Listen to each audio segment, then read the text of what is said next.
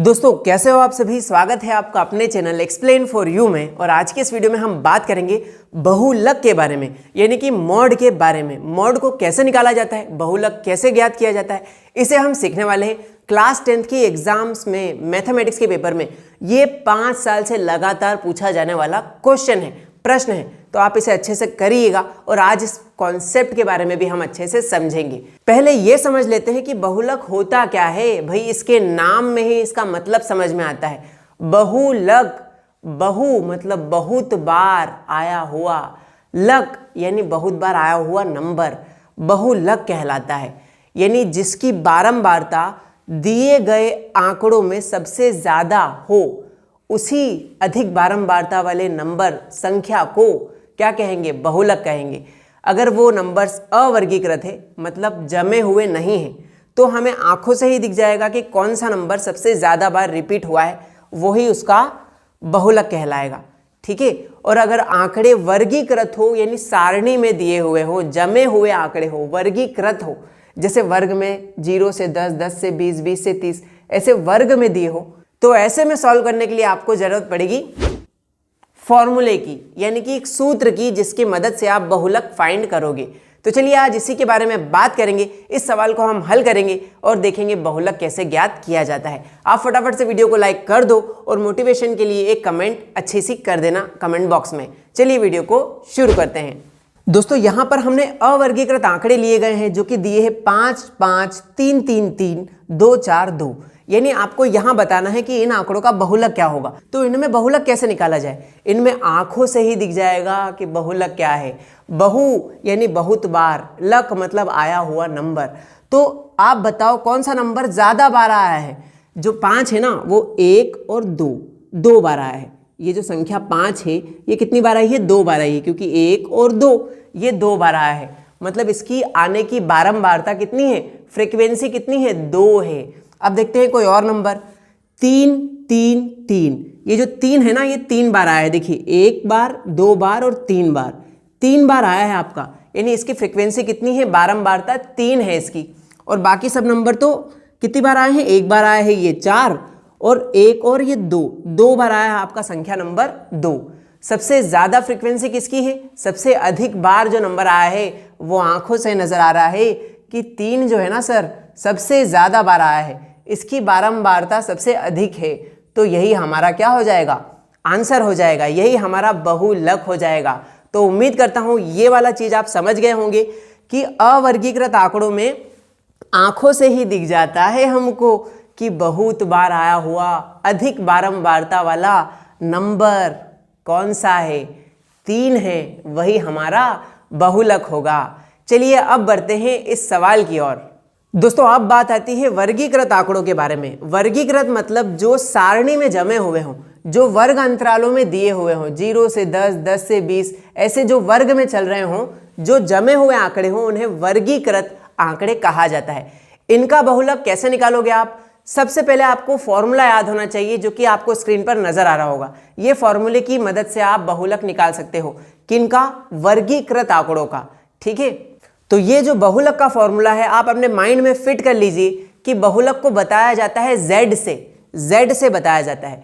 Z बराबर L plus bracket में आएगा F1 माइनस F0, फिर बटे में 2F1 minus F0 minus F2 गुणा में H।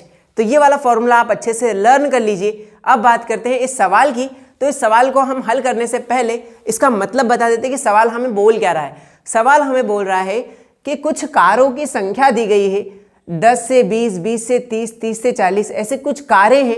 नंबर ऑफ कार्स यानी कारों की संख्या दी गई है। जो कार चलाते हो ना आप, कारों की संख्या आपको ऊपर दी गई है और उनकी बारंबारताएं आपको नीचे दी गई है। बारंबारता मतलब उनकी आने की संख्या, फ्रीक्वेंसी, कौन सी कार कितनी बार हमारी आंखों के सामने गुजरी है। तो जो 0 से 10 तक के बीच में जो कारें हैं, वो हमारी आंखों के सामने से 7 बार गुजरी है, 7 फ्रीक्वेंसी है इसकी। फिर जो 10 से 20 तक है, 14 कारें गई हैं। फिर उसके बाद 13, 12, 20, 11, 15 और 18। तो ऐसे में अलग अलग फ्रीक्वेंसीज, बारंबारताएं नीचे लिखी हुई है। अब यहां देख लो, जो बारंबारताएं लिखी है उसमें सबसे अधिक बारंबारता कौन है, क्या वो 7 है, 14 है, 13 है? इन सब नंबरों में से बताओ सबसे बड़ा नंबर कौन सा है। तो आप नीचे बारंबारताएं देख रहे हो, वहाँ सबसे बड़ा नंबर लिखा है 20। तो जो ये 20 है ना, यही आपकी सर्वाधिक यानी जो मैक्सिमम फ्रीक्वेंसी है वो है ना। जो मैक्सिमम फ्रीक्वेंसी को आप बोलते हो F1 यानी फ्रीक्वेंसी 1, बारंबारता 1, बारंबारता को F से लिखा जाता है। F मतलब फ्रीक्वेंसी। तो ये हमारा F1 हो गया।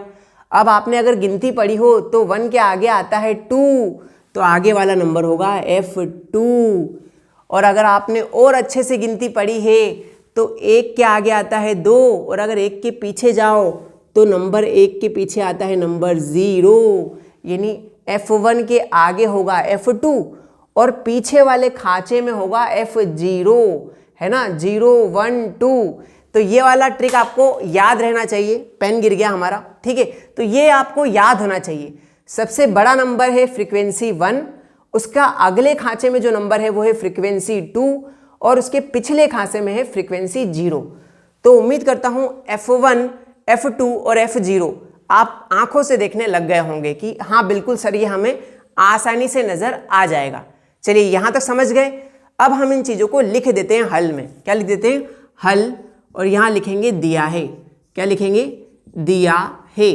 सबसे अधिक बारंबारता, सबसे अधिक बारंबारता मतलब फ्रीक्वेंसी। सबसे अधिक बारंबारता वाला नंबर कौन है? सबसे अधिक बार आया है सर 20। 20 ही सबसे बड़ा नंबर है। सबसे अधिक बारंबारता वाला नंबर 20 है, जिसे आप बोलते हो फ्रीक्वेंसी 1 यानी कि F1। अब बाकी के नंबर तो आपको पता है। F1 के आगे लिखा है F2। क्या लिखा है दोस्तों? F2, जिसका मान कितना है? 11 है, तो यहाँ 11 लिख दिया। उसके बाद F0। F0 कहाँ होगा? ये रहा, उसके पीछे वाला जो कि है 12, तो 12। अब बात आई फॉर्मूले में आपको L की भी जरूरत पड़ेगी। L मतलब क्या होता है? L मतलब होता है बहुलक वर्ग की न्यूनतम सीमा, लिमिटेड लिमिट, इसीलिए इसको L से लिखा जाता है। L मतलब लिमिटेड लिमिट। ये जो आप ऊपर वर्ग देख रहे हो ना, 0 से 10, 10 से 20, 20 से 30, ये बहुलक वर्ग कहलाते हैं। बहुलक वर्ग की न्यूनतम सीमा यानी छोटा से छोटा नंबर। तो आप इसको ऐसा मत समझना कि छोटा नंबर यहाँ पे सर 0 है, ये 0 नहीं। बहुलक वर्ग होता कहाँ है? जो सबसे अधिक बार आया हुआ नंबर है, सबसे अधिक बारंबारता कौन है? F1 है। F1 का मान क्या है? 20 है। तो 20 के ऊपर जो वर्ग बना है ना, जो वर्ग 40 से 50 के बीच में है, उसमें आपको न्यूनतम नंबर बताना है। न्यूनतम मतलब छोटा कौन है इन दोनों में? छोटा है 40, तो वही आपका L का मान हो जाएगा। वही आपका क्या हो जाएगा? न्यूनतम सीमा हो जाएगा। यानी L का मान कहाँ आएगा? 40 आएगा। L का मान आएगा, ये जो 20 है ना सबसे अधिक बारंबारता वाला वर्ग, उसमें जो न्यूनतम सीमा है 40, वो आएगा आपके L1 का मान। उम्मीद करता हूँ बड़ी आसानी से आप सीख गए हो इस चीज को भी निकालना। दोस्तों इसके बाद जो अगली चीज आती है वो आती है वर्ग अंतराल यानी कि H का मान। वर्ग अंतराल को बोलते हैं H, स्मॉल h से इसको दर्शाते हैं। H का मतलब क्या होता है कि जो आपका बहुलक वर्ग है ना, जैसे 0 से 10, 10 से 20, इनके बीच में कितने का अंतर चल रहा है, कितने का डिफरेंस है। तो हमें आंखों से ही दिख रहा है कि सर 10-10 का अंतर चल रहा है। देखो ना, 0 से 10 हुआ, फिर 10 से 20 हुआ, 20 से 30, 30 40, 40 50, 50 60, मतलब 10-10 का गैप है इनके बीच में। जो डिफरेंस है वो 10 का है। तो यहाँ पर ये जो वर्ग अंतराल है इसका मान हो जाएगा 10। उनके बीच का जो अंतराल है, उनके बीच का जो अंतराल है H का मान हो जाएगा कितना? 10। आपको ये आंखों से ही नजर आएगा, इसके लिए कोई भी ज़्यादा दिक्कत नहीं होने वाली। अब बात करते हैं भैया इसको, इन सब वैल्यूज़ को पुट करने की जो फॉर्मूले में रखी जाएगी। तो भैया हमें याद है फॉर्मूला हमें कहता है कि बहुलक होता है Z बराबर L प्लस ब्रैकेट में F1 माइनस F0 बटे में 2F1 minus F0 minus F2 गुणे में H। सिंपल सा फॉर्मूला है भैया।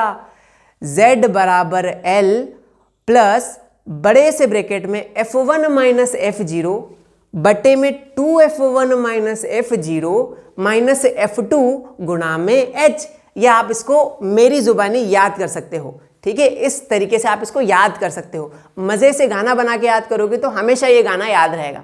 चलो भाई, आप देख क्या रहे हो, ये जो सारे वैल्यूज़ हैं ये यहाँ पुट कर दो, रख दो, आंसर आ जाएगा। इस z का मतलब क्या है? z का मतलब बहुलक होता है दोस्तों, याद रखना। z मतलब बहुलक, इसको z से दर्शाया जाता है। चलिए, तो z का मान हमें निकालना है, मतलब बहुलक निकालना है। तो z बराबर l का मान क्या दे रखा है आपको? यहाँ l का मान दे रखा है 40, तो l का मान मैं यहाँ रख देता हूँ 40 प्लस बड़े से ब्रैकेट में है f1 माइनस f0। तो f1 का वैल्यू क्या है दोस्तों? ये रहा, f1 का वैल्यू है 20, तो यहाँ लिख देता हूँ 20 माइनस f0 क्या है दोस्तों? f0 का वैल्यू है 12, तो यहाँ पे लिख देता हूँ 12। बटे में क्या लिखा है? बटे में लिखा है 2 इंटू f1, यानी कि 2f1, तो यहाँ लिख देता हूँ 2 इंटू f1। f1 का मान क्या है?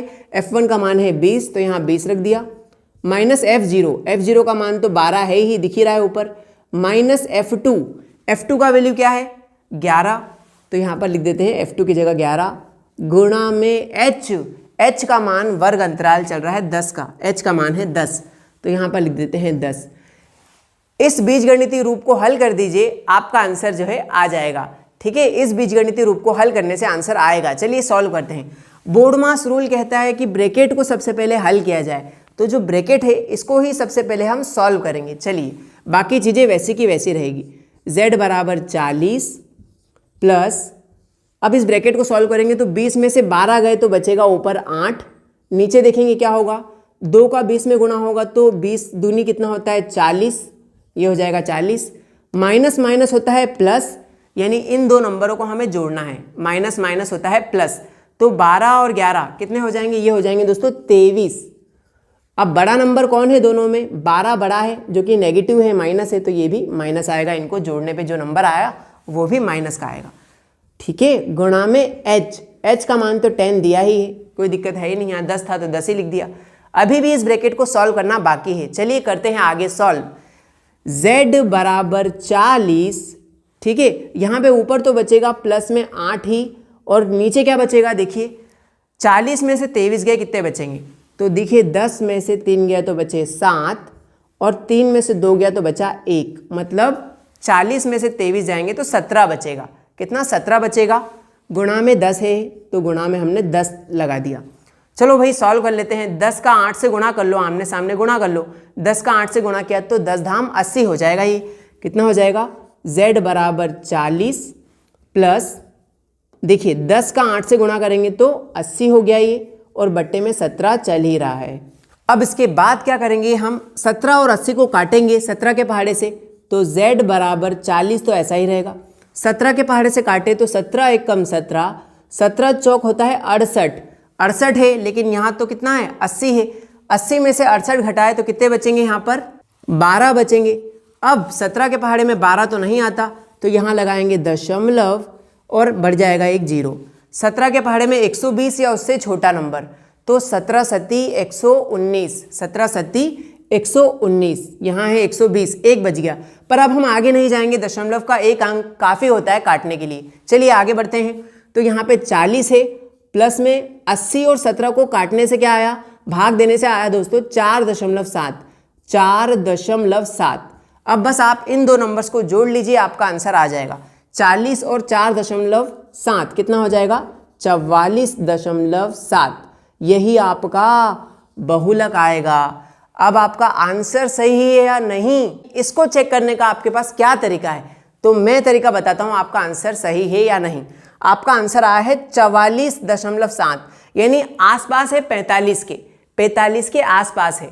तो आप देखिए सबसे अधिक बारंबारता क्या थी? 20 थी। तो 20 किस वर्ग में थी? 40 से 50 के बीच में थी। तो आपका जो आंसर है ना वो उसी वर्ग अंतराल में छुपा होगा। 40 से 50 के बीच में है क्या आपका आंसर? हाँ सर, ये जो 44.7 है ये 40 से 50 के बीच के अंतराल में ही छुपा है। तो ये सही आंसर होगा। सही आंसर मतलब आपको एग्जाम में फटाफट चेक करना हो कि ये जो निकाला है क्या ये सही है। अगर मान लो ये 60 आ जाता तो हम यहाँ चेक करते कि ये तो 40 से 50 के बीच में आना चाहिए था, 60 कैसे आ गया? मतलब आपके माथे की बत्ती जलेगी कि हाँ ये हमने कहीं ना कहीं मिस्टेक कर दी जब भी 60 आया है, क्योंकि आंसर तो 40 से 50 के बीच में ही छुपा होगा। जैसे यहाँ पर 44 जो कि 40 से 50 के बीच में छुपा हुआ है। तो आई होप वीडियो आपको पसंद आया होगा। वीडियो अच्छा लगा तो लाइक कर दीजिएगा, चैनल पर नए चैनल को सब्सक्राइब कर दीजिएगा। और हाँ, मेरे वीडियो से आपकी कुछ हेल्प हुई है ना दोस्तों, तो प्यार भरा एक कमेंट करो। और अगर वीडियोस अच्छे लगते हैं तो हमारे और वीडियोस आप यहाँ पर चेकआउट कर सकते हैं। बहुत सारे वीडियोस आपके लिए यहाँ पर क्लास 10th के मेन कॉन्सेप्ट आपको यहाँ पर सिखाए हुए हैं। डेफिनेटली जाइएगा और चेकआउट कीजिएगा। इंस्टाग्राम पे फॉलो करना हो, डिस्क्रिप्शन में लिंक दिया हुआ है, ज़रूर से जाइएगा और सब्सक्राइब और फॉलो कीजिएगा। Thank you so much.